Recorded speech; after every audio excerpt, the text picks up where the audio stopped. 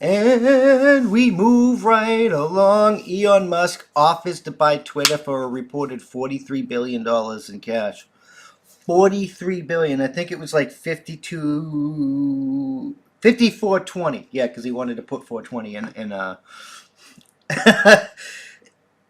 he wanted to put 420 in the my bank in the price. And that's not $54.20 like some people on Twitter thought, like he was just offering $54.20. It's $54.20 per share. And I'm pretty sure it was Goldman and Sachs that said they're only worth around 30 or so. So it's like that's like $20 above market value per share. That was a pretty damn good fucking deal. And the Twitter board took a poison pill, which we'll get into after this segment, and they denied it and whatnot. But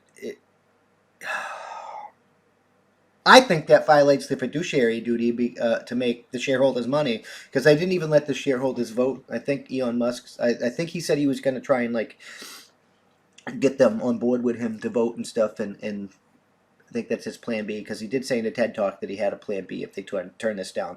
But let's, it was like last Thursday, but let's get into this article. So this is from Space.com. Elon Musk offers to buy Twitter for a reported $43 billion in cash. Well worth, way more than this failing business is even worth. And their choice, the response to this just tanked. It's going to tank the price. And these people, like, they care more about censoring your speech than they do about the company succeeding. It's insane. Elon Musk wants to buy Twitter. The billionaire founder and CEO of SpaceX, who also runs Tesla, announced the bid to buy the social media company Thursday, April 14th, on the Twitter platform itself, and shared a link to the Securities and Exchange Commission SEC filing he submitted as part of the process. I made an offer, Elon Musk wrote on Twitter, where he was over 80 million followers. I mean, he probably shouldn't have said he made an offer, because then the leftists wouldn't have cried, and then maybe the CEO would have taken, the board would have taken it, because they wouldn't, but I digress. Maybe not, because they did try to like limit his power by joining the board, which is probably why he tried to like do this, because he wants to make change. And I know people like, he may be a borderline Bond villain, but we need a free and open communication system for his goal of Mars. So right now our goals do align, and the enemy of my enemy would be my friend. I'm not saying he is a Bond villain. I'm not saying he isn't a Bond villain, because I know some people of you think he's the devil, and some people, like I even had somebody trying to claim that he was part of the New World Order, even though he fights against those things. Like they want less people in the world, he wants more people in the world so he can get to Mars. Like there, he has his own motives, but they don't align with the Great Reset, World Economic Forum, NWO garbage. It just that's fact. Musk laid out his plans for what could be the ultimate Twitter takeover in a letter to Brett Taylor, the chair of Twitter's board and Salesforce co-CEO. In the letter, Musk offered to buy 100% of Twitter for $54.20 per share in cash. The SpaceX CEO already owns a 9.2% stake in Twitter, which was announced earlier this month. If the stage goes through, Musk would pay $43 billion in cash to buy Twitter, according to Reuters. I invested in Twitter as I believed in its potential to be the platform for free speech around the globe, and I believe free speech is a societal imperative for a functioning democracy, Musk wrote in the letter. However, since making my investment, I now realize that the company will neither thrive nor serve the social imperative in its current form. Twitter needs to be transformed as a private company. Musk wrote that his offer to buy Twitter represented a 54% premium over what he paid for in his initial stake, and a 385% premium over Twitter's stock price from just before his price investment was announced. My offer is my best and final offer, and if it's not accepted, I would need to reconsider my position as a shareholder, Musk wrote in the letter. Twitter has extraordinary potential. I will unlock it. If he dumps his stock, like, it will tank the stock. Like Mari, like he'll tank the price of the stock, and he can buy it up even cheaper. Winning. This is basically a hostile takeover, if you ask me. He's trying to take over the company hostilely and make these changes. It's like they should have just accepted his offer, because I like to see how this goes. I wonder if they're going to win or if he's going to lose. I mean, he's a pretty damn good businessman, and they're a failing business model.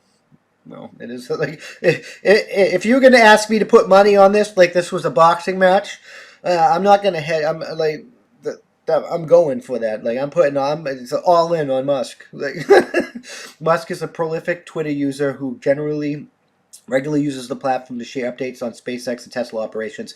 His personal thoughts on the current events, along with jokes, images, and memes. At times, Musk's Twitter use has led to trouble, like in 2018 when the SEC sued the billionaire for fraud over a tweet in August of that year, in which he wrote that he had secured funding to take Tesla, a public company, private at $420 per share. Musk and Tesla each paid a reported $20 million fine to settle the dispute with the SEC. According to Forbes, Musk is currently the richest person in the world and has current net worth of around $302 billion, about third more than his space rival Jeff Bezos, the founder of Amazon Blue Origin, who has a net worth about $194 billion. And I don't even think that like SpaceX hasn't gone public yet, so that his net worth is calculated by his public holdings and stuff. So I believe he's probably in the trillions. He's probably the world's first walking trillionaire, if you ask me. But that's another story.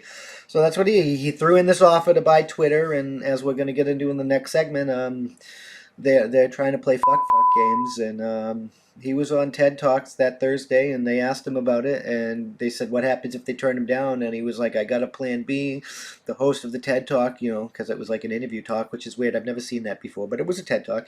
They asked him what if he had a plan if they did that, and he said, I have a plan B, and they to try to elaborate on it, and he was like, when the time comes, I'll talk about it. Until then, I'm not going to talk about it, which is a good move, trying to keep some of your and when you play poker, you don't expect, especially if you're playing Texas Hold'em, you got those two cards that you don't see, so like must put down the other cards like you're supposed to as the dealer. But we'll see how it goes, because like I said, they're not too enthused about this. The leftists were like crying all over Twitter, thinking he was gonna like be the second coming of Hitler on the internet or something. Like, I don't.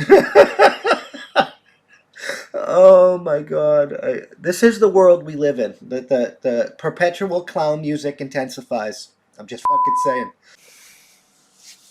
Thank you for checking out this clip of my Thought of the Day podcast.